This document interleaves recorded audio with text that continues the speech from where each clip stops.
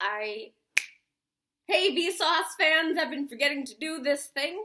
It's the like, comment, share, and subscribe if you like the content that you're watching. Okay, my next interlude for this series of interludes before I go into my pro tips is on the topic of Primordial Wonderment. I think you're gonna like this one. I would say it's the bee's knees. So what is it? What is Primordial Wonderment? Primordial Wonderment is the idea of us living within questions, living within the idea of inquiry. Upon birth, when you come into this life, you're so inquisitive, you're curious, you're open, you're free-spirited, and then what happens? You go to school. So think about it like this. You know your little niecey, your little nephew who's like 2, 3, 4, starts asking you questions when they start learning to talk, and they ask you that, oh, what's your name? Oh, okay. Why? Oh, because of this. Oh, but why? Because of that. Oh, but why? Oh my god. Okay, shut up. That is the essence of Primordial Wonderment, and it's something that gets cut off once you enter and become indoctrinated into the public school setting, and usually all school settings, not just public schools, so I shouldn't hate that bad. Why does this happen? Unfortunately, we have to have this thing called classroom management. We have to get through different topics. And in order to manage your space, the easiest way to do that is to tell your kids, will you please raise your hand so I can call on you? And yes, it provides order, but it also cuts off learners' ability to be imaginative, to be curious, and to ask questions.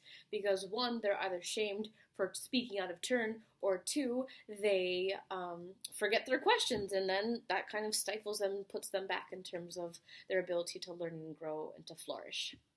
So yes, that happens.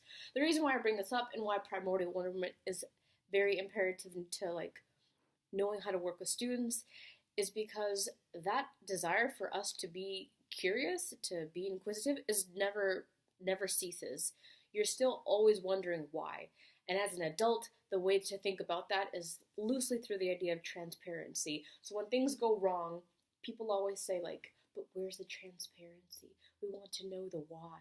So think about it like that for young people, as an educator or as a teacher working with students. So when you think about working with them, what I want you to really emphasize is anytime that you work with a young person and they challenge you, they're challenging because they're seeking rationality. They want to know why they have to do something. They want you to explain how it connects to them and their world. That's the biggest thing, okay? Where does this come up? It comes up a lot of times in math. It comes up most frequently in rules. So when you're working with a student in math, right, here's a translation I want you to do and provide for this pre-image to make A, B, and C prime. That's going to happen, right? They're going to say to you, why do I need to learn this?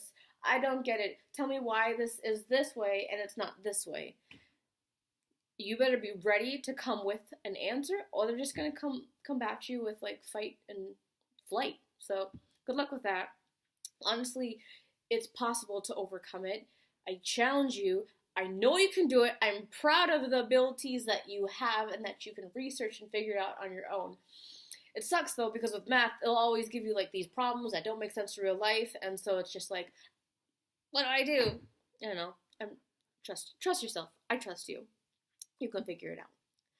And if you need a question answered, just let me know, and I can figure out how to rationalize it, because I can rationalize almost anything. The second thing is with rules, right? So a student says, why can't I have my phone out? I'm trying to take notes on it. There's many reasons why you can have a phone out. There's many reasons why you should not have your phone out. And depending on who you are as an educator or what your school demands or requests of your students, you'll have to figure out a way to rationalize your request to them. And if you can't, it doesn't make sense.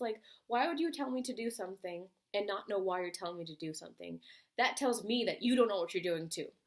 So, hate to break it to you, but whatever we want to know and whatever we're trying to teach, we must be able to provide a rationality as to a purpose for why it's required, or why it's necessary, or why it's important. Okay, that's part 2.